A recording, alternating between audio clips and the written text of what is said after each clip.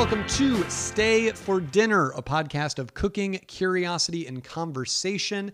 If you love cooking, if you hate cooking, if you have no idea how you even feel about cooking because you've never tried it before, congratulations, you're in the right place. I am comedian, author, and enthusiastic home cook DC Pearson, and right now you have stumbled upon part 3 of a very special Stay for Dinner event, the ingredient draft cook-off. Like a lot of people, we have been looking for interesting ways to use the food that we have on hand. And so 2 episodes ago, myself and Haley Hepworth, comedian and person that I am married to, we each drafted a team of 6 ingredients that we actually have in our apartment that we had to make an actual meal with. Last episode, I cooked my dish, and then Haley and I, who are also the judges in this competition because it's quarantine, ate that dish. Now this week, Haley is going to be taking the field with her ingredients, so let's join her right now in this very kitchen.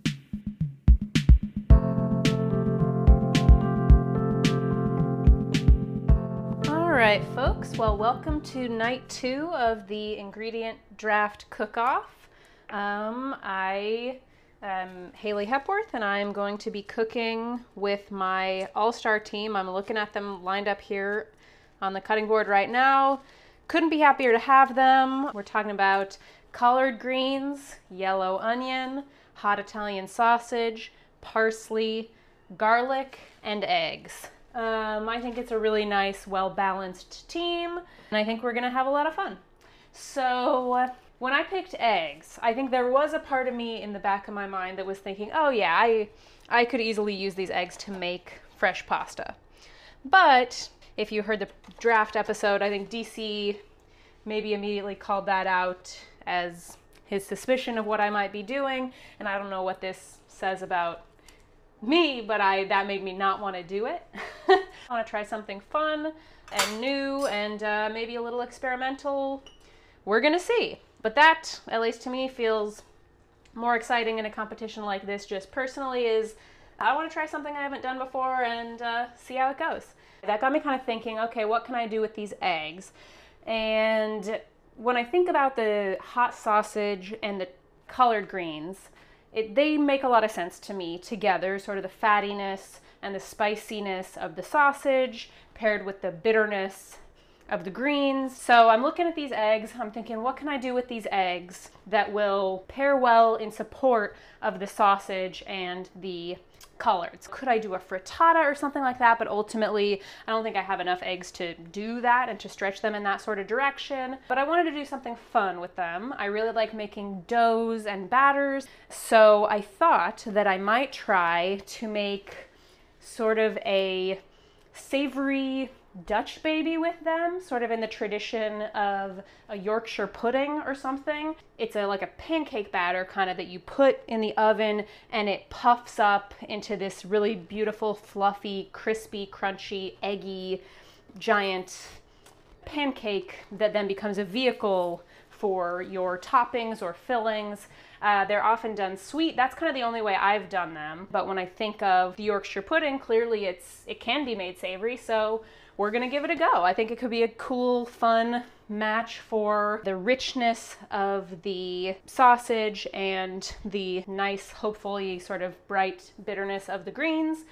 Get some caramelized onion in there. I mean, how could you go wrong? So we'll give it a go. It's an experiment. So I have a 10-inch cast iron skillet that I'm gonna make the Dutch baby in. Now the first thing I'm gonna do, I'm gonna put that immediately in the oven and I'm gonna turn the oven on to 425 so that it has plenty of time to get really, really hot.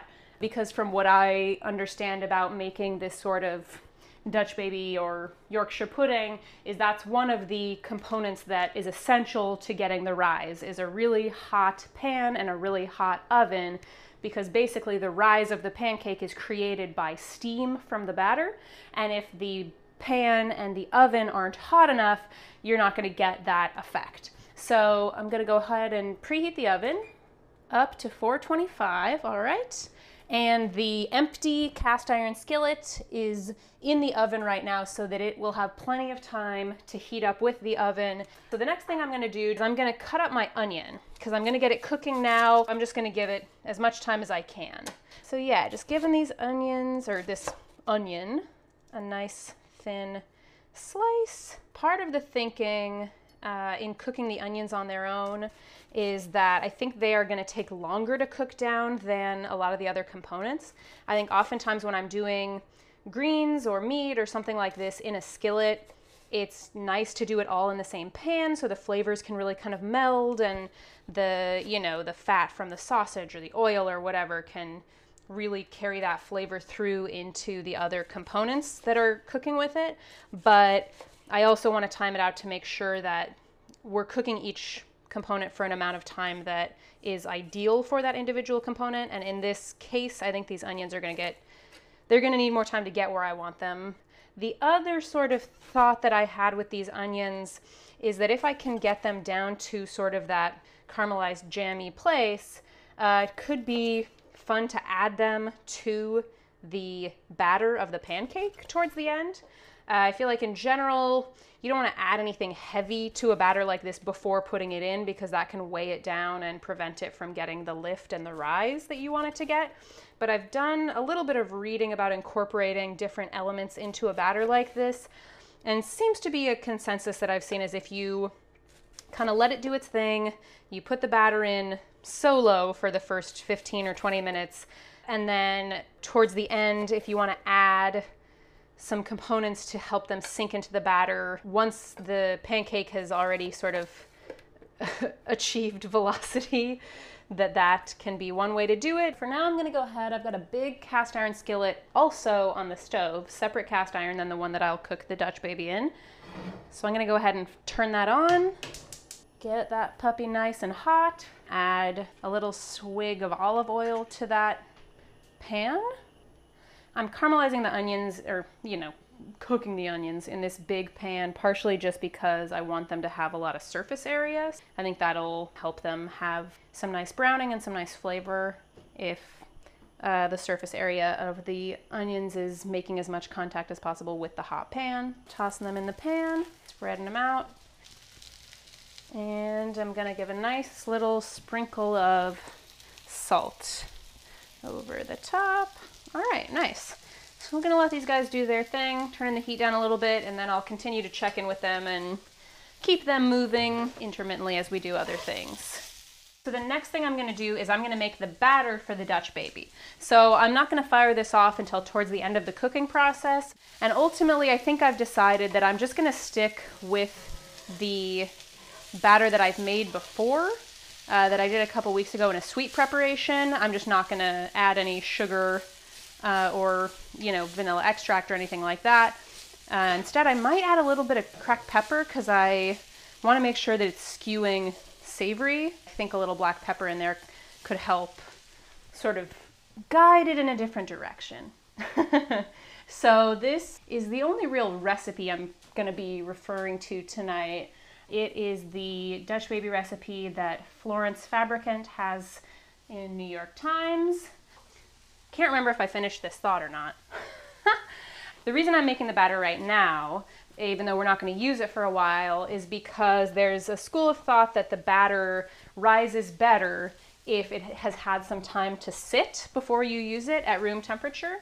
And this kind of makes sense to me. I don't fully understand the in-depth science of baking, but as I've been experimenting with baking bread a little bit more recently, have learned that it's important for the flour to become hydrated, and that if the flour in any baking process has time to properly hydrate, then it is better at sort of building up the strength to rise and support its own weight a little bit.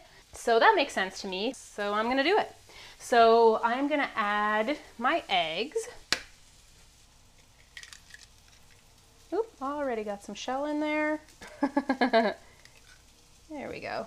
You know how when sometimes you get a little shard of eggshell in a batter or dough or something, and it can be impossible to get it out? You stick your finger in there and you're chasing it around and it keeps sort of evading you. feels like you're just pushing it just out of reach. I don't know if this is an old wives' tale or not, but I remember being told that if you use part of the eggshell to reach in and scoop it out, that is a more effective way to get through that membrane or whatever it is to reach it, and I like it. It's always worked for me if you have a big enough shard of eggshell left to make a little scoop. So I've got my 2 eggs in there. I'm gonna whisk them up a little bit. All right, so I've added my eggs. Next, I am going to add half a cup of flour. Go on and get my cup measure out, get my flour. Next, I'm gonna add a half cup of milk. Out of the Dutch baby recipes that I read in my research phase, this one has less milk and flour than some other recipes, but it also has less eggs. And because I'm limited in the amount of eggs that I'm using, this seemed like the proportions were probably the best bet. So we are just gonna trust the process as they do on The Bachelor. So I'm really giving this a nice thorough whisking, making sure that there are no lumps of flour floating around in there, making sure that the eggs are totally broken up and there are no little squiggles of egg white that are not homogeneously worked in. Checking in with those onions again, keep them moving, they're looking good. Back to whisking this batter up so that it's really smooth and homogeneous.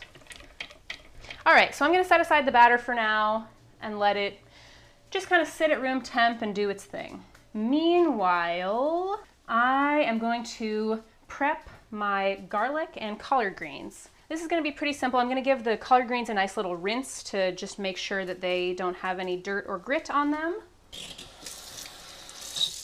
These collard greens are looking beautiful. I'm working with 9 big leaves. I have cooked with collard greens a couple times before, but I must admit I don't cook with them all the time. They're reminding me a lot of like Swiss chard or kale or, you know, some other nice, beautiful greens like that. I'm gonna go ahead and cut the center ribs out so that we're just dealing with the leaves. I'm gonna stack the leaves up in a little pile once they're cut. I'm gonna save these ribs because we have been during quarantine keeping some bags in the freezer where we put any like vegetable discard, or the other night when DC made the chicken, we you know, stick the bones in there and then make a little stock out of it. It's also nice at this time, I feel like, just to feel like you're not wasting things. You're not wasting food. All right. So I've got all of my collard green leaves off of the ribs, and they're in a little stack on top of each other right now. I'm gonna go ahead and just sort of go down the line and slice them into strips. Well, look who we have here. Hey, what do we got going on? A little batter? You overheard some batter talk? Ah. Do you know what the batter's for? I don't. It's exciting. Any guesses?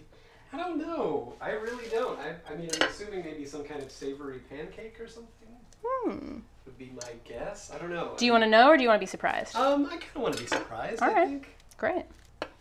Chopping the collard greens into strips. Mm-hmm. Sausage is still in package. Is that accurate? Yeah. Interesting. Got some onions cooking down in the big cast iron. I have to admit, as soon as when I was like, oh hey, what dishes do you want or need? And you were like, I'll just take these 2 big cast irons. I was like, oh man, there's a real intimidation factor to that. You know what I mean? I just really like them. And it's Oh, they're great. It smells That's the hope. very, very good. Has the garlic even come into play yet? Nope, I was just about to prep it. So I've just been smelling onions the whole time? Just the onions, yeah. All right. I'm very excited. The part of me that just is eating this is very excited to eat it, and then the part of me that is competing against you is really like, oh man, I don't know. I will say it's a big experiment. Interesting. Okay. So we're gonna see, but that's a risk that I felt compelled to take. Great. Feels fun, feels exciting. Also just feels like how I like to cook. Sure. So we're we're gonna see. Hopefully it turns out and it's fun. I'm sure, I mean, fingers crossed, knock on wood, it won't be an unmitigated disaster where we're dealing with something inedible.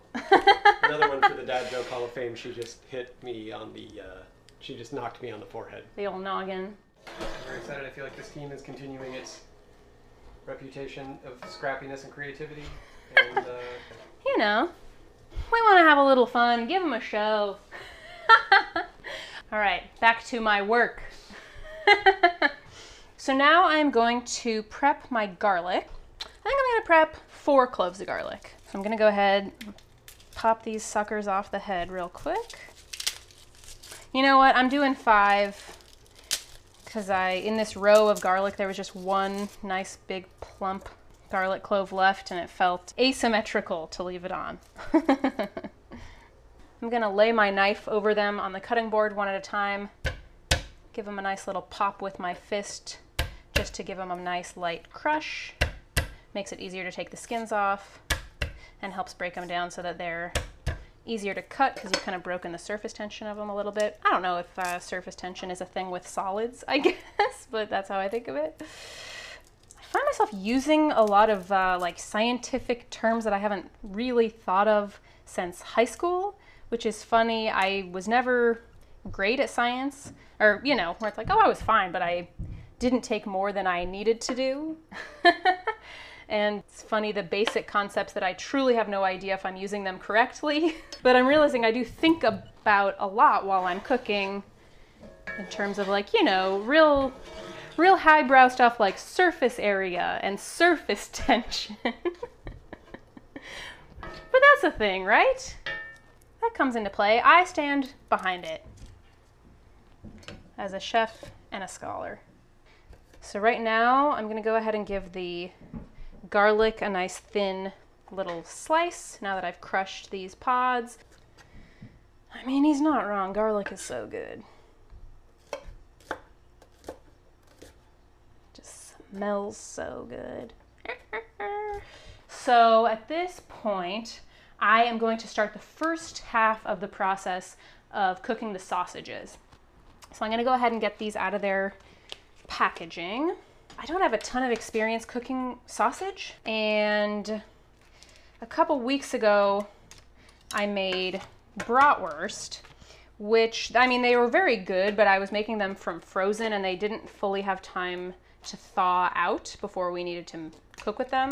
So when I put them in a saute pan with some stuff I had going, they ended up busting out of their casings on the end a little bit. And I mean, they were delicious, but still just kind of felt like, this isn't, you know, this is a competition. I'm trying to get it perfect. So did a little reading on the most ideal way to prepare sausage like this that is in the casings. And I found, which makes sense to me, I guess if you're having a smoked sausage or something like that, it's already been treated so it's not like raw in the center. But these sausages that we're using, I believe, are raw pork, so I want to make sure that they get cooked all the way through and that we're not dealing with, you know, getting them nice and browned and flavorful on the outside, but risking having in any way a raw center. So I'm taking the sausages, I'm using 2, one for me, one for DC. I'm putting them in a pan and I'm going to just cover them with enough water so that they're submerged. Now I'm going to pop those guys on a burner and I'm going to bring them up until the water is just simmering so that we can get an initial cook on the sausage that admittedly is not going to bring out a ton of flavor or really brown them the way that we're going to want to, but it's going to just give them a nice little cook through so that we don't have to worry about having a raw center and a dark outside. And then once that water is simmering, I'm going to remove them and we're going to cut them into coins and we're going to toss them in the saute pan and get that nice browning on them and more flavor and, you know, all that fun stuff. All right, at this point I have cleaned out yet a third cast iron. This one's little, but I want to use the big one for the collard greens and the sausage. So I'm going to go ahead and transition the onions over to a smaller one because they are not quite ready yet. So I want to keep them going and doing their own thing, but I don't want to worry about them affecting the cook on the greens, frankly. Our cast irons are really a three bears situation. We've got the baby bear, this tiny little skillet. It's not that tiny, but it's maybe a 7-inch skillet, I would say. And then we have the mama bear, 10-inch skillet. That's the one that we're gonna make the Dutch baby in, so it's in the oven, really screaming hot right now. And then we've got the daddy bear, which is this big honkin' skillet that is a cast iron the size of a torso. That's where I did originally have the onions going. I've just moved the onions from daddy bear over to baby bear. All right, just a moment ago, the water with the sausages in it started to lightly simmer, so I'm gonna go ahead and reach in with some tongs and grab those sausages and pull them out. So I think the idea is that hopefully they should be nicely, safely cooked through now. At this point, I think we're just about ready to put the Dutch baby in, which means that we are ideally, if this all times out correctly, about 25 minutes away from eating. Because you want to serve the Dutch baby right out of the oven. After a beat, it kind of deflates and still tastes delicious, but it doesn't have the same sort of visual majesty. So what that's going to entail is we're going to have this super, super hot pan, the Mama Bear cast iron that I'm going to be taking out of the oven here in a second. So really, if you're doing this sort of thing at home, make sure to put your good oven mitt on, because when you grab that handle, it's going to be crazy hot. I have once before made the mistake of absentmindedly reaching into the oven and grabbing the handle of a hot pan with my bare hand, and it was the worst burn I've ever had. That was bad. That was when I was in college. And man, you know, just so stressed, you guys. So I'm gonna get my oven mitt on. I'm gonna have prepped and ready to go. I'd say maybe, when I've done this in a sweet application, I've done it with like 2 or 3 tablespoons of butter, because you really want a lot of butter in there to lay down a foundation so that it's creating a layer between the batter and the pan. I'm wondering, I do want it to have that nice butteriness that you get, but I again want to try to steer it a little bit in a savory direction if I can. I read that for Yorkshire puddings, they'll often use beef fat. We have a little bit of bacon grease that we keep left over in a little pot in our fridge. I'm gonna do a combo of the two, just because in the past I've done it with butter and it's worked well, and I wanna make sure just to get plenty of fat in there. So I'm gonna do maybe a tablespoon or 2 of the butter in there, and then I'm gonna do maybe a tablespoon of the bacon fat in there. Let them completely melt in the hot pan, which should probably take seconds because this pan's gonna be ripping. When that's ready to go, I'm gonna pour the batter straight in, and it should immediately start to sizzle and pop, and then, you know, pop it immediately back in the oven. Before that, I've thought about it. I am gonna season this batter, so I'm gonna go ahead and give it a big pinch of salt, just to get it nice and seasoned. And I am gonna give it, I think, a little crack of black pepper. Again, just because we wanna make sure that it's skewing savory. So to prep for that high octane hot pan moment that's coming up, I'm gonna go ahead and get my butter sliced. Get that nice little, maybe like 2 tablespoon knob ready to go. Then I'm also gonna get a nice little spoon full of the bacon fat ready to go. Oh yeah. I'm gonna go ahead and just clear a space on the stove and move my onions to a back burner, literally and figuratively. They're looking pretty good. Just so I can have a nice front burner spot ready to go, safe, ready for this hot pan to land on, so I don't have to have it in my mitted hand for too long. Can you tell I'm scared? You know, I'm scared of interacting with this hot pan. I have not had a problem with this since that incident in college, but man, It sticks with you. All right, let's do this thing. Let's do the Dutch baby. All right, my fats are at the ready. My batter's at the ready. Here we go. The oven is opening up. Oh yeah, it is hot in here. Woo! The hot pan is out. The butter is going in. It can brown really easily, really quickly, and you don't necessarily want to let that happen. I mean, I'll never really argue with brown butter, but just keep it moving. Let it do its thing for a second. Woo, yeah. We got a beautiful, nice little amount of the butter and the bacon grease dancing in that pan together. Hell of a combo. So now I've got the batter, giving it one last little whisk. Again, it's looking smooth. Getting my oven mitt back on. Don't know why I took that off. I'm gonna pour it in and then straight into the oven we go. All right, yeah, you can hear it immediately starts to sizzle a little bit. And here we go, back in the oven. So the fat, you can tell, like as soon as you put the batter in, the fat already kind of forms a little barrier around the edge of the pan. Dutch baby is in, so I'm gonna start my timer. I'm gonna set it for 15 minutes. I feel like when I've done it in the past, it took about 20, but I always, if I'm baking or if I have something in the oven, I always set my timer about 5 minutes early just because you never know. I think it's always better to check too early than to check too late. So that guy's in. Now I'm gonna bring the Big Daddy Papa Bear skillet back up to heat.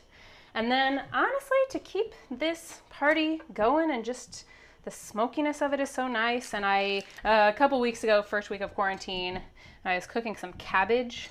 I cooked it in a little bit of this bacon grease and it was so good. It just gives it that nice, smoky, delicious depth that I think pairs so well with the bitter, dark, leafy greens.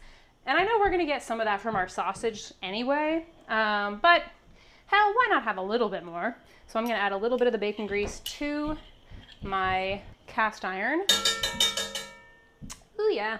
And gonna let it melt for just a second. Adding the collards to the pan. Ooh yeah. Great sizzle. Yum. Woo! Okay, I'm bringing down the heat just a little bit. And I'm gonna give a nice healthy little sprinkle of salt to get these guys nice and seasoned. I'm not adding pepper yet. Same with the onions. I haven't added pepper yet. I think, I don't know, I've noticed recently that pepper can, like the garlic, can burn. So if I'm working with something at a high heat or it's gonna be over the heat for a long time, sometimes we'll wait and, woo, oh boy. 4th of July in here. All right. You can hear it really sizzling and popping in the pan a little bit. I've turned the heat down just a little because it was popping so dramatically. But I haven't seasoned them with pepper yet. Same thing with the caramelized onions. Speaking of the caramelized onions, checking back in with them. They've been going over a low heat for quite a while now. So I'm gonna just keep them where they're at for the time being. So the collards, I'm letting them kind of sit for, you know, maybe like 30 seconds or a minute. And then I'm gonna do a little sweep and stir them just to try to let them get a little browned or a little crisped if I can. I don't know if I can. They smell great. We have 7 minutes left on the timer for the Dutch baby. So I'm gonna go ahead and take my sausages. They've had a couple minutes to cool down now. So I'm gonna go ahead and slice them into coins, about 3/4 of an inch thick maybe. Don't wanna dry them out, so I don't want them to be in the pan for too long, but I do wanna have them over the heat, sauteing long enough that they can get that nice, dark, crisp, sort of rendered exterior. I feel like cutting them into coins allows them to have just more surface area exposed to get that browning, and then also they'll just be in smaller, more manageable pieces so that they can be kind of integrated in with the greens eventually and be just more bite friendly. All right, giving the greens another little swirl around the pan. They're looking good. I can live with it. I am gonna go ahead and add the garlic at this point. It's over like medium heat. Gonna stir those in with the collards and kind of keep them moving around. All right, we've got 5 minutes left on the timer for the Dutch baby or Yorkshire pudding or whatever it is. So I'm very curious to see we're gonna get a rise. Oh yeah, I'm peeking in the oven door a little bit and I can see it's already sort of bubbling up and we're getting a rise, which is exciting. While something is rising, I've learned that it's important to not disturb the environment at all, that it's super sensitive to temperature, so I don't wanna open the oven door and risk changing the temperature or introducing a like gust of cold air that could get in there and cause it to deflate as it's growing. I'm gonna bring the heat up a little bit on this pan that has the collards and the garlic, and I'm gonna add the sausage. It's tough. Once you have the garlic in there, you do want to keep it moving, but you want to give the sausage enough time to kind of sit and have its surface time with the hot pan so it gets that nice brown. It's tough. It's a balancing act, folks. Definitely there's part of me that really likes to just stand and stir and stir and stir and stir. So I have to remind myself to let it sit and do its thing. I flipped over one little coin of sausage and it was looking nice and browned. So I'm gonna go ahead right now and flip all of the little coins over. You don't have to do it one by one. It's kind of a fussy way to do it, but it's pleasing to me to be sort of methodical about it. So that's what I'm doing. I'm gonna go ahead and I am gonna kind of bring the sausages over onto their own little section of the pan so that I can keep the other section with the garlic working a little bit, just because I'm worried that the garlic is gonna get burnt. I don't want that. Okay, we got 30 seconds on my timer for the Yorkshire pudding to check on it. So we're gonna see, it shouldn't be done, but I think what I'm gonna do, I think I'm gonna take a couple spoonfuls of my caramelized onions, and I think I'm gonna spoon them onto the Yorkshire pudding bottom for the last couple minutes of the bake. All right, that's the timer. I am at this time gonna turn the heat way down on my pan because I don't want it to burn while I'm dealing with this Yorkshire pudding or the Dutch baby. We're using a lot of interchangeable terms today. All right, I'm gonna peek in at it. Oh, hell yeah, it's super fluffy. This is exciting. I'm not gonna take it out. I'm gonna leave it in the oven because I don't wanna disrupt the temperature too much, but I'm gonna get a big, healthy spoonful of my caramelized onions. I'm reaching in with them to just kind of drizzle them over the bottom of the Yorkshire pudding while it's still in the oven. Now I'm going to turn the temperature down to 300 and I'm going to do just 5 more minutes. I think I decided to do that partially just because I had read about people towards the end of the baking process with Dutch babies mixing in like jam or caramel or something that just sounded so good, and just the idea of it being partially lightly baked into the floor of that, you know, pastry sounds really good to me. So I figured I'm not really incorporating a jam or a sauce element like that, but maybe if I get the onions jammy enough, I could do that with them. I think I did get them hopefully to a pretty jammy point, so we're just gonna try it. That's what we're doing today. I'm gonna take a little bite of my sausage and greens and garlic. And I'm gonna do this for a couple of reasons. Partially to check seasoning to make sure that it doesn't need salt or pepper, or that it's not somehow too salty or too peppery. I tried to have a pretty light hand with the seasoning throughout, but we'll see. Not bad, that's pretty good. The last thing I was kind of tasting for is just to see if there's anything that I need to throw in a little balance. I suspected that this dish might need a little bit of acid. That's one thing we don't have. If we recall, I did not get the lemon in the draft. Nobody got it. If I had to do it over again, I maybe would have gone for lemon instead of parsley, but I didn't. We're working with the ingredients we have today. So I want to find a way to get acid in there. Oftentimes when I cook greens like this, I'll put in a little dash of vinegar at the end, but I don't want these greens to get too wilty or soupy because we're going to be putting them on top of the Yorkshire pudding, and I don't want that beautiful texture to get soggy. So I have another thought that I'm going to try, and that thought is sour cream, because I think sour cream has a nice tangy, acidic quality to it. It also has kind of a creaminess that I want with this dish, so I'm gonna do it. I think I'm gonna try it with a little sour cream. I'm gonna go ahead and take my Dutch baby out in a second. When I do, I'm gonna give a nice little dollopy spoonful of sour cream as like a base on the bottom. I saw that with a lot of Yorkshire puddings, they'll often put like gravy on the bottom that sounds really delicious. And so this will be, I guess, my my version of that a little bit. Oh, damn. You know what? No, I'm going rogue. I'm going to try something crazy really fast. I'm going to try to whip my sour cream with a little bit of heavy cream and see if I can get it to a light whipped creamy texture. Not adding any sugar, obviously. Let's try it out, folks.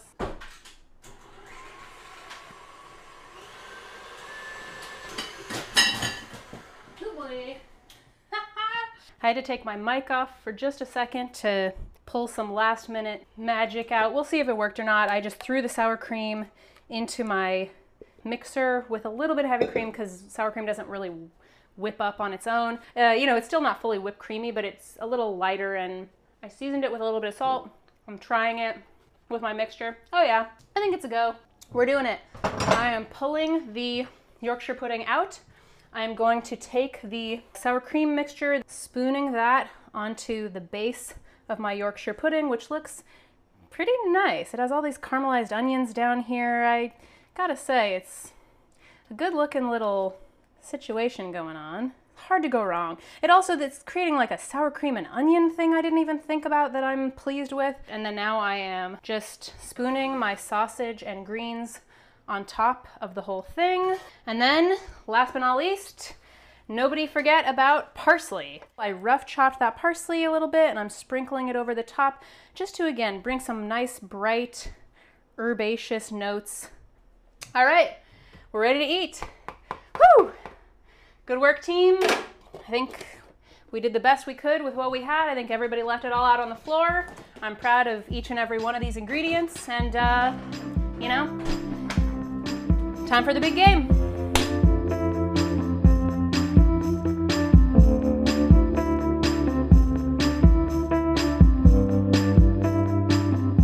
Well, do you see before you have a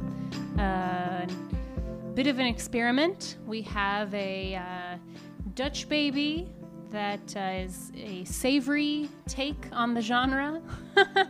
I think also it's known, or maybe not exactly interchangeable, but in a savory version, I think of it as like a Yorkshire pudding sort of a thing. And we have a little bit of caramelized onions baked into the base at the end. Ooh. A little bit of a seasoned, lightly whipped sour cream spread along the base.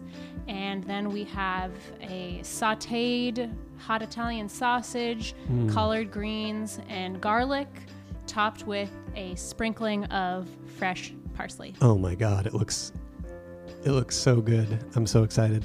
Can we eat it? No. Oh man. Yeah, let's do it. Let's see. I'm curious to see if it comes together. Here we go. I can't imagine it not. It's at the table in a skillet, no less. This is exciting. You eat with your eyes first. That's right.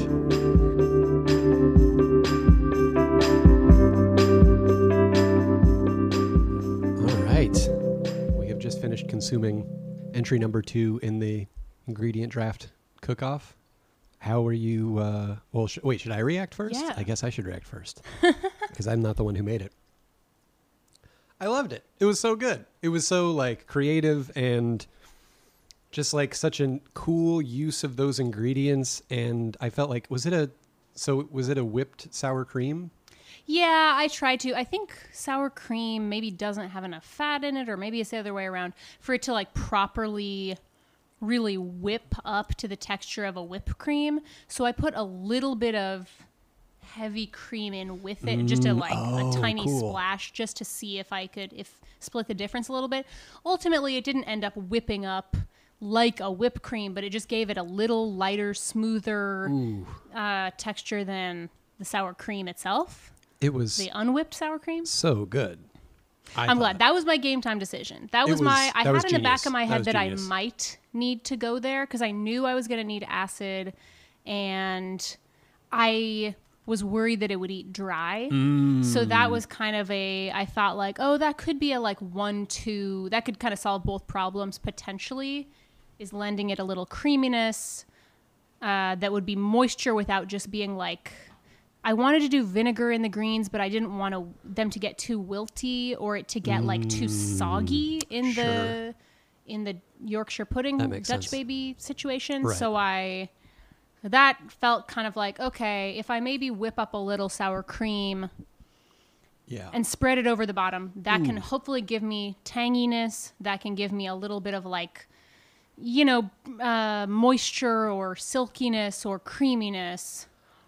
It was so brilliant, I thought. The way it just kind of like married everything together. You know what I mean? Like it made it from being, rather than like a savory pastry with some stuff on top, it made it into like, it really became like a cohesive dish. That was my hope. The thing I kept thinking of was pizza. You know what I mean? Yes. Like it was almost like the cheese on a pizza that kind of like brings everything together and melds them all. I definitely thought of that, or that occurred to me when I was smelling the smells that were happening. I was like, oh, these are pizza smells. This is a pizza situation. It's a crust. It's a crusty situation. And then it's the like Italian sausage and it's the, greens and stuff and the caramelized onion and the garlic where I thought, oh, yeah, this is super pizza-y, but without cheese. Right.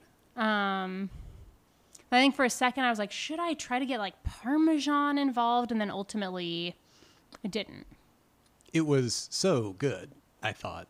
And I think that game time decision was really key because there were so many different great elements, but then that kind of was the medium that like brought them all together. And I kept being able to like build these great bites where like, it's almost like, I mean, people will see the pictures, but it almost looks like an arena in a weird way where it's like in the skillet and you have these ingredients inside. And there's a pretty big rim of like brown crust around all of the edges that's like puffed up and really delicious. And it's not the same as pizza dough, but it like has similar qualities in that like it has some really great like bite and chew to it, especially in the really browned parts. And so I kept kind of like being able to fold that over and almost like slicing it. And it was giving me like, I've honestly, and this is my fault, I'm not putting this on calzones, but I've never really had like a great calzone. Me neither. And this was what I would imagine. Obviously, there are many differences. This didn't have the same like true like melted cheese all the way through all the different things. It's a different type of crust. It's going for some different stuff. But it was giving me like what I imagine a great calzone is aspiring for, where it's like the crustiness and the breadiness with just like the stuffing. It was good. It was really, it was so good, and just like the sausage was really spicy, but the spice wasn't overpowering. It was kind of it was a little bit of a slower burn. That was another sort of game time. I had planned to add red pepper flakes, and then ultimately when I tasted the sausage, ended up deciding that it had enough heat. Right. I don't know. It probably could have held up with even more heat. We both like heat, but I ultimately opted to leave the red pepper out. Ooh. I didn't necessarily, I could have gone either way. I could have gone spicier for my personal taste, but I also felt like it was very imbalanced and allowed me to get like, the collards were really nicely cooked down and had that really nice like cooked greens flavor without again being like, if you had like, made them like you would make like greens where it's like sauteed down and mushy. You know what I mean? Right, like it wasn't, there wasn't a lot of excess moisture, which seems like it would be really hard having a cooked green on top of like a pastry basically. And it wasn't like that was my concern, but it wasn't dry either. Yeah. You know what I mean? That was the goal, or that was the textural line I became aware of, I think, about halfway through cooking. Oh, yeah? And realizing, like, I had been kind of expecting that I would probably throw some vinegar in these greens towards the end and deglaze with that. But then realizing I don't want that to sog out the pastry base. Right. Yeah, I think I could have maybe added a little vinegar and just been careful about just adding a small amount and really cooking it off so that it didn't get too soggy.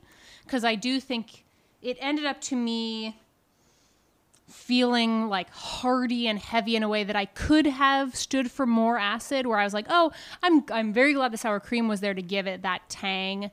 But I think I could have done even more acid. Also, I was realizing part of it is maybe just where I'm like, if this was a like cold, rainy night, I think this would have hit the right balance. But it maybe feels heavier to me tonight because it's so goddamn hot that it's, does that make sense? It does. Yes, it definitely does. I know what you mean. I did not have that experience. Despite it being very hot in the apartment, I also haven't just been cooking for a long time. I've just been sitting in the living room, hanging out, listening to music, reading a book, et cetera, et cetera. So I did not have the experience of like slaving over the hot stove and then sitting down and eating it. So I could imagine how that would be, because you also had the stove and the oven going. Yeah. Really hot in both cases, multiple pans working. Cast iron, which I feel like just like in and of itself, once it gets enough heat in it, becomes its own heat source. It's like a hot rock that a lizard sits on. And okay, Arizona. Yeah, we know about, that's one of the 5 C's of Arizona. Clizzards. You know the 5 C's of Arizona? Copper, citrus. Yep. I came in hot with 2. You did. Copper, citrus, cattle? Yep. Okay. Also a lot of cattle in Idaho. It makes sense that we get along. Okay. There are 5? Yes, and most of them are now defunct. Basically. Copper, citrus, cattle. Copper, citrus, cattle. I also am not sure I know all 5 right now, but I'll know them when I hear them. Okay. Do you want to know the other ones I think it is? Yeah. Copper, citrus, cattle, climate. Okay. Which is, climate. Yeah, it's benefiting all of the Let's the not citrus, jump into mine for me, because frankly, I hate the climate. there. Yes, I know. But I love the people in your you. family. Copper, citrus, cotton, climate. Did Cotton. I say cotton already? Yeah, cotton. That's the Okay, last one. Okay. That's the last one, yes. Cotton. And all of those, I feel like I watched the last of them die, like while I was growing up. Because there was like, here's a cotton field, and then it became a movie theater, which I got a lot more use out of. The 6th C, movies. For me, we haven't had like pizza or anything during the quarantine. Yeah. We haven't really been ordering out.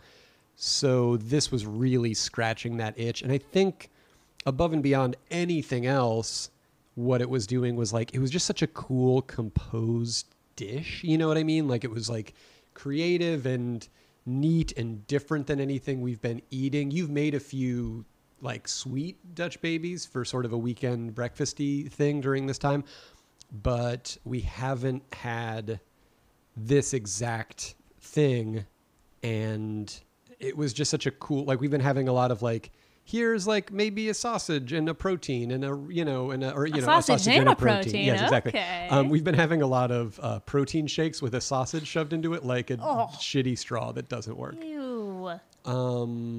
She says ew now, but she's been loving it. Slurp, slurp. But it was just so like, I feel like there's a difference between sometimes when a dish is just like, this is a plate of food, and when this is like a thing or a dish that you made. Maybe baking is the difference, because it is like, but you're baking something, right? Effectively. Yeah, that was the question mark, or that was my hope, is because Yes. it was something I was kind of making up a little bit on the fly, or kind of leaving some room to kind of read the dish and adjust accordingly, kind of knowing like, okay, this Dutch baby thing is a component that I've made before in a different context. Right.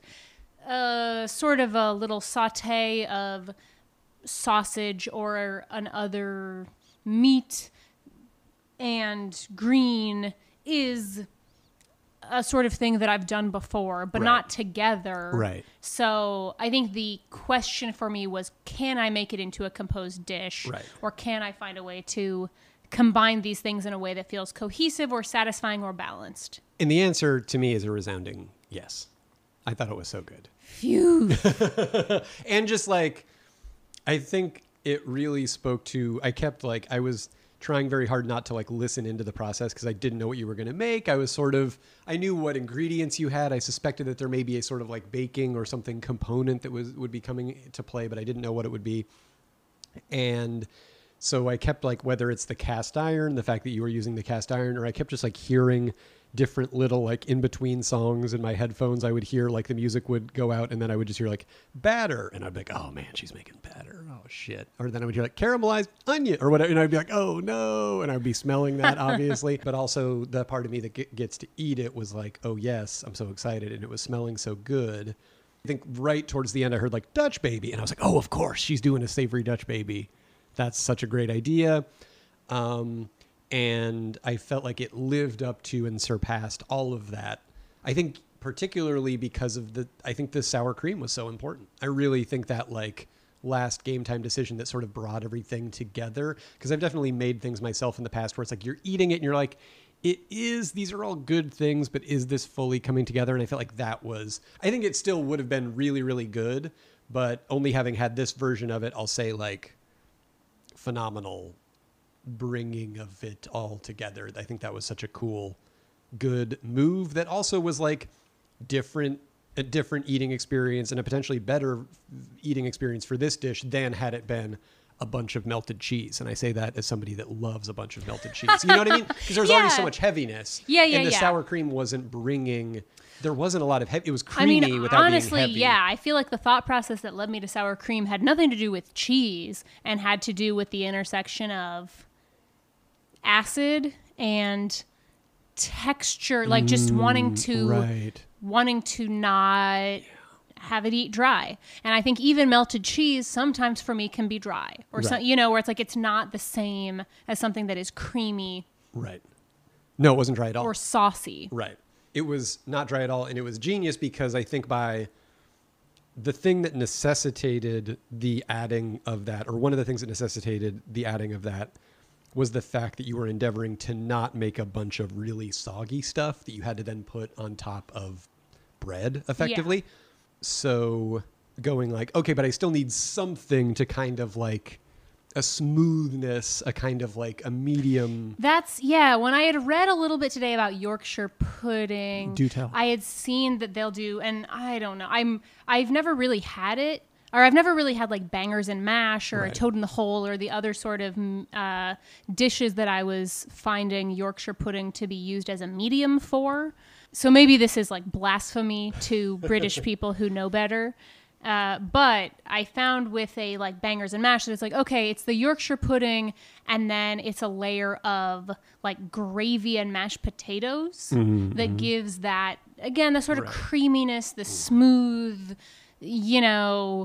that part of it that, again, is like, it's not just liquid, so it's not going to just get soggy. Right. Or the same as with like the bangers and mash, they make it with sausage, but I was finding recipes where they put the sausage in the pan at the beginning and then they pour the batter over it. So the sausage, they're like whole sausages that are baked into the bottom of the batter. That when I saw that, I was tempted to maybe shake it up and go that direction, but I wanted to be in control of the cook on the sausage, and I'm just not experienced enough with sausage to feel confident that I could get the cook on it that I wanted, especially because this sausage I don't think is smoked, so I wanted to make sure it wouldn't be raw in the middle. That makes sense. Also, I feel like because you like diced up the sausage into like coins, and I feel like when you do that, there's like more delicious like surface area that can get cooked. We were talking about surface area in the kitchen and the process. And I didn't hear because I was listening to music. But no, that makes a lot of sense. And I think that was a cool, good choice. I didn't want us to have to cut up sausage as we were eating. Right. That makes sense. Is part of why I went with the coins. And then also, just more sausage area to get browned. I think it was, I thought that was super smart. And as an eater of it, I really liked it. What was the decision-making process behind not like slicing the sausage open and doing it like loose? I think partially I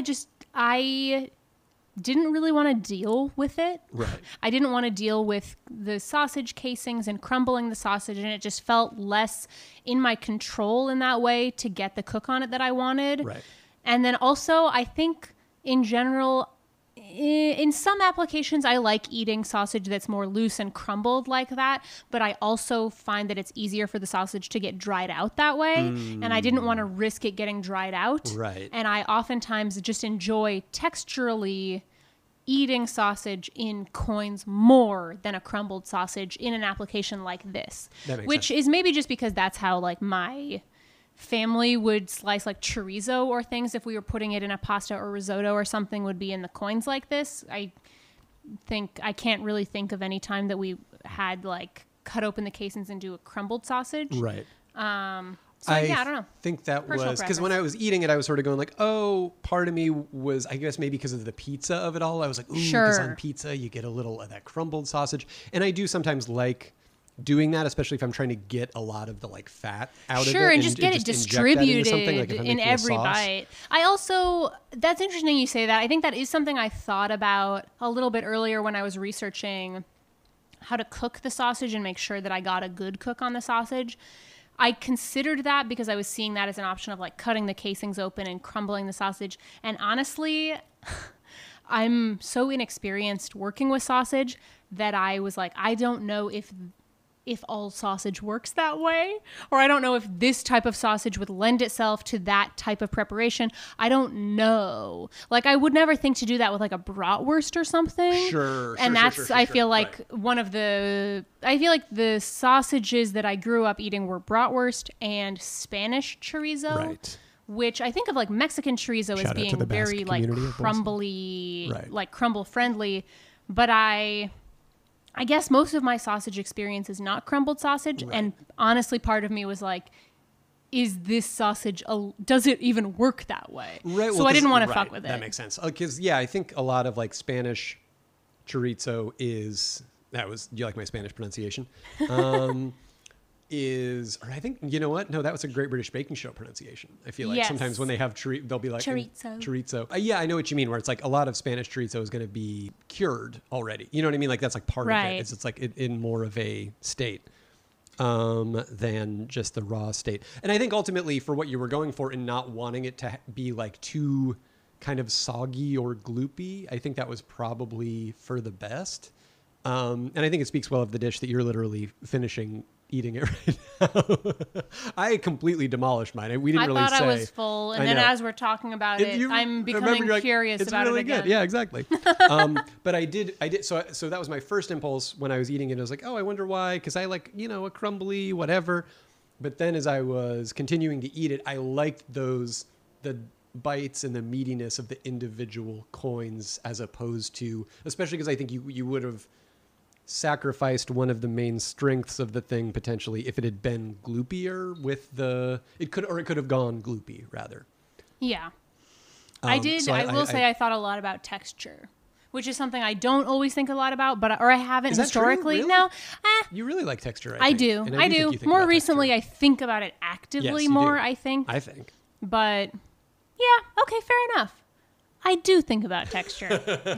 I think you are a more skilled textural savant than I am.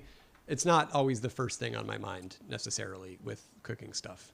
I think I just think about balance a lot. Right. Or I think anytime I'm thinking about something that I'm making, I think about flavor balance, texture balance, and I don't always get there, but that's the guiding goal, I guess. Right. Well, in this case, I feel like you got there. To me, you know what I mean? Like I felt like if I had any sort of like quibbles or thoughts, it would be my personality. Exactly. Thank you. I'm glad you brought it up. Now I can really a huge pour of wine. It is the acid thing a little bit. Yeah. You know what I mean? Like the sour cream I do think went a decent ways there, but I felt like a little like I was a little bit like, ooh, because I think it partially because I know when you make a lot of different kinds of greens or things, I feel like you're so conscious of the like a little bit of vinegar or a little this or a little that. Yes. In a way that I have then emulated. In my own work, that I missed it in this a little bit as I was eating it, just because there were so many other great flavors, and like the garlic and the onion and everything in the greens was so coming together, and the sausage and the spice, that I was just like, ooh, that was just like that one little note that I was like, it wasn't like, oh, and then that made it not work. It was more just like the one little thing that I was like, ooh, yeah. And then the other thing I guess maybe was like, I did have, when I was folding over the sides, those were my best bites. Do you know what I mean? Whereas like some of the filling, but I mean, this is also like, I think you were going for something so ambitious that this is already like, you're already in the fields of glory. This was just like, I guess, a thing that I was a little bit like, oh, I kind of wished that the bottom were more browned or something. So it would have had, and I don't really know how Dutch babies work. I've never made them. that it would have been, because that was where the bulk of the ingredients were, or the bulk of the greens and the sausage were. So when I was folding over the sides that were all browned and crispier, that was like an even better textural experience. Whereas some of the bites in the middle, just with the ingredients on their own, were really good, but they didn't have the same amounts of textures going on because I wasn't getting as much of that like crispier, browner bread, basically. Yes, I think I have very limited Dutch baby or Yorkshire pudding or whatever experience because I don't think I've ever had it other than the 2 times that I've made it in the past like month. And I think both of those times it has seemed to be like, okay, and maybe this is just because I've only ever had it when I've made it, and I've only ever used this same recipe. Right. Which my experience of it has been that the bottom is a little more chewy and doughy, and it has this sort of like eggy, buttery flavor there that's softer. And then the edges that puff up are crispy, browned, crunchy dough a little bit more. So I don't know if that is how Dutch babies in general work, or if that's just how this recipe works, or if it's just how my preparation of this recipe works. So I don't know. I don't know what the answer to that is. Dutch babies work, and I feel like in many ways it was maybe a product of my own sort of mental math that I was doing, where I was going like, this is kind of like pizza, yum, or this is kind of like a calzone, or whatever. Then suddenly I'm almost holding it to a different standard, that it wasn't like you presented it as we've seen on Top Chef many times, chefs get in trouble most for when they present things as something that doesn't quite have. Or they're like, this is a good little dumpling, but it's not a gnocchi or whatever. Right. Yeah. And you didn't present it as a pizza thing it was almost like I made that leap and then suddenly was holding it in some elements to a different standard that I don't think is necessarily what you mean, though, fair. because the edges are definitively they're so good. Crispier and breadier. And the bottom is good, too. And then the bottom too. is bringing more of a sort of like chewy, eggy, you know what I mean? I do, It's different. It's definitely different, and I do not know. I wish that I had the platonic ideal of a Dutch baby. I wish that I knew exactly what the perfect version of it was supposed to be, or a good version of it was supposed to be, because I just don't know. In this application, it didn't bother me, I think, largely because I wasn't in the same pizza head space. Also because, in general, I like chewy. I like dough really chewy. And I think we've discussed that, like, I like it maybe chewier than you, or when I'm baking, sometimes I will err on the side of going a little bit under to have a little bit more chewy, gummy experience. And you like it a little bit more traditionally, like, no, I want it set. Right. Which I think is fair and probably more in line with the general majority preference. I will say, as far as the acid, I was definitely feeling that. I completely agree.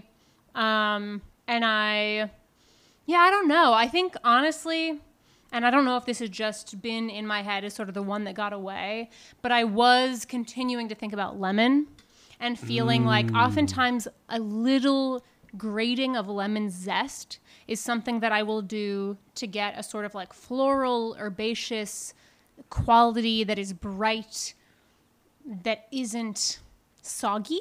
Isn't adding moisture. That isn't adding moisture, exactly. And I was a little bit wishing, I mean, not a little bit, I was very much wishing that I had taken a lemon instead of parsley, because I like the fresh green brightness of the parsley to finish, and I think it plays well with the sausage and everything, but I feel like the lemon could have been a more effective ingredient as far as addressing both that, and then you have the little bit of juice to squeeze in the greens just to give it that tiny bump up of acid at the end. And again, not overdo it, not too much, just a little brightness and a slight grate of lemon zest. If I could have used that lemon today, I would have. Right. And I was feeling that bad decision, or, you know, I was aware of it. And I think you're right. I agree. It feels almost like lemon was your garlic, whereas I kept almost having a little bit of a moment of like, and then I'll just talk to mother, or, like a weird sort of then like, I it's my ex or something. Yes. Or, yeah, exactly. And then they're like, wait, they're not there. I'm so used to it being there that I didn't have anymore.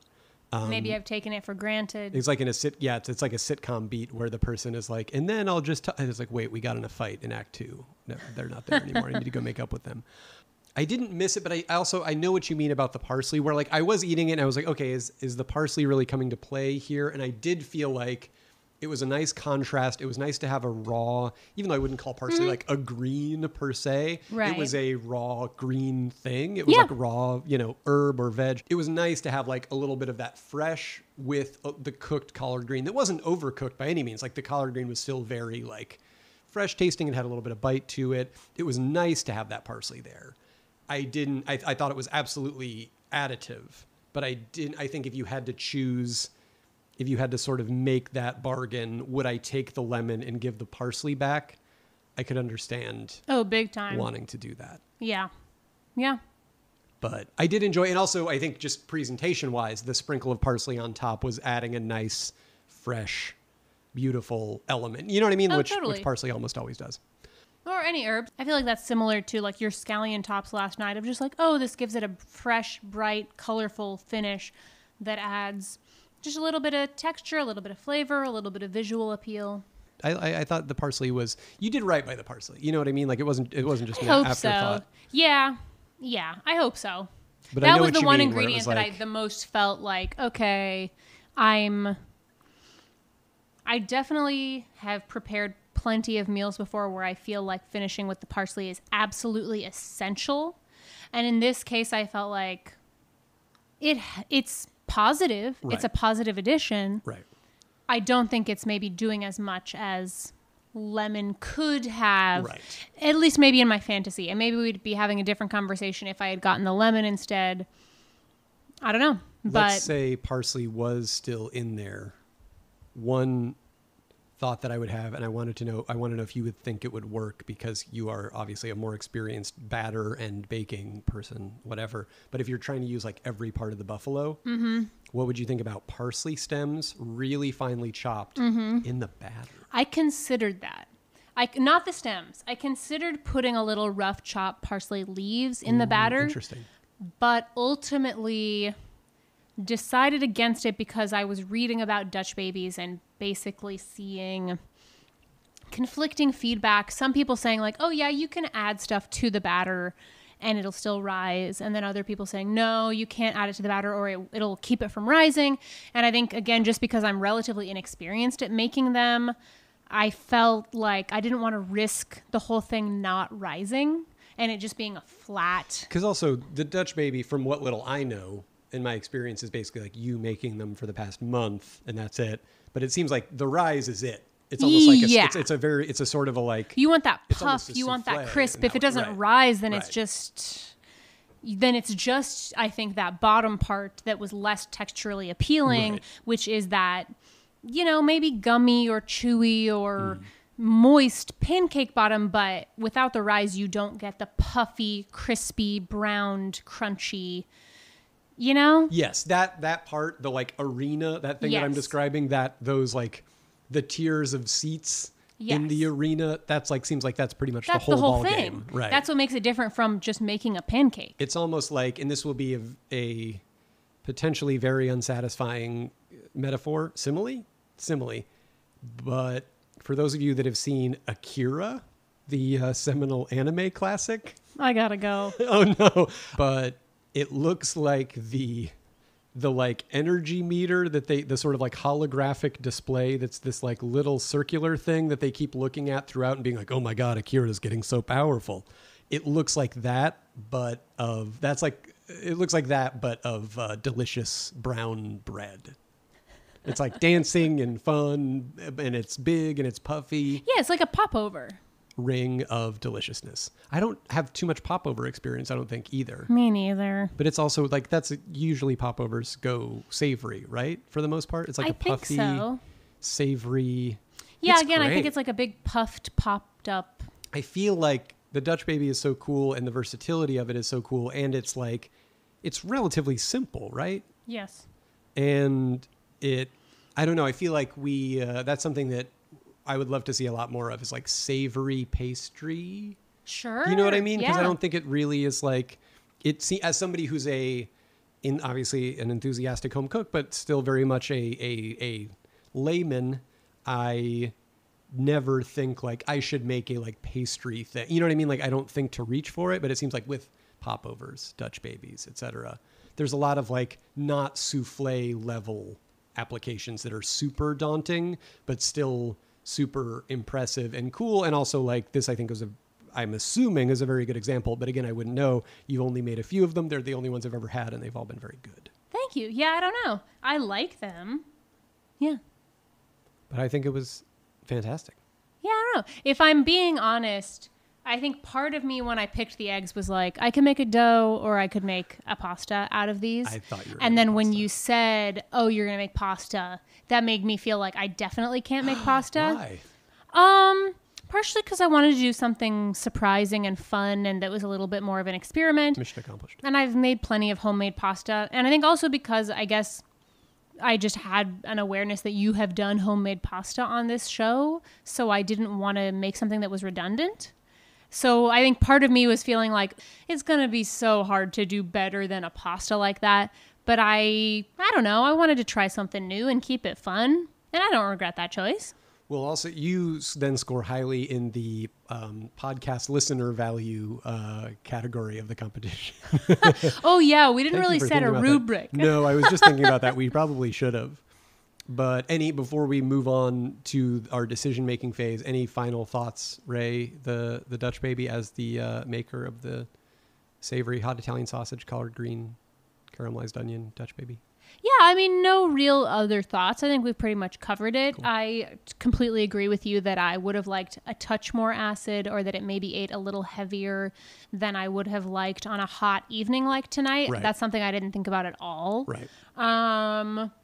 But all in all, I feel like the experience of making the various different components, none of them, I feel like the various things that I was worried may go wrong didn't go wrong. Oh, where I was like, okay, the Dutch baby rose and was flavorful and reached the textural point that I wanted it to. Like I didn't burn this or that didn't get soggy or, whatever my concerns were. I feel like I executed it the way I intended to or hoped to execute it, but definitely with a shared and maintained awareness of, I wish I had that lemon.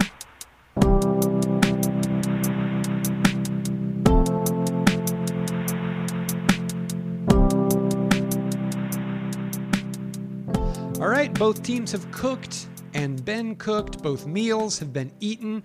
Will a solid but oily orange beef triumph over a creative but lemonless savory Dutch baby? Find out next week. And in the meantime, please rate, review, and subscribe to the show wherever you get your podcasts. It really helps. If you decide to cook along at home, be sure to let me know. I'm at DC Pearson on Twitter or at DC Pearson. That's DEECEE Pearson on Instagram.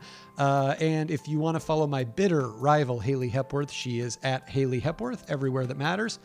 My interstitial music is by Advance Bass, the amazing Owen Ashworth. The intro song is July 4th, 2004 by Jason Anderson, and the cover art is by Sarah Beacon. That's Becan. I have written a couple of novels, The Boy Who Couldn't Sleep and Never Had To, and Crap Kingdom. Support your local bookstore in whatever form they exist right now. And if you like hearing me talk, I read the audiobook versions of both of those books available on Audible. That's all for now, and we will see you guys next week for The Judgment. Have a great week. Bye.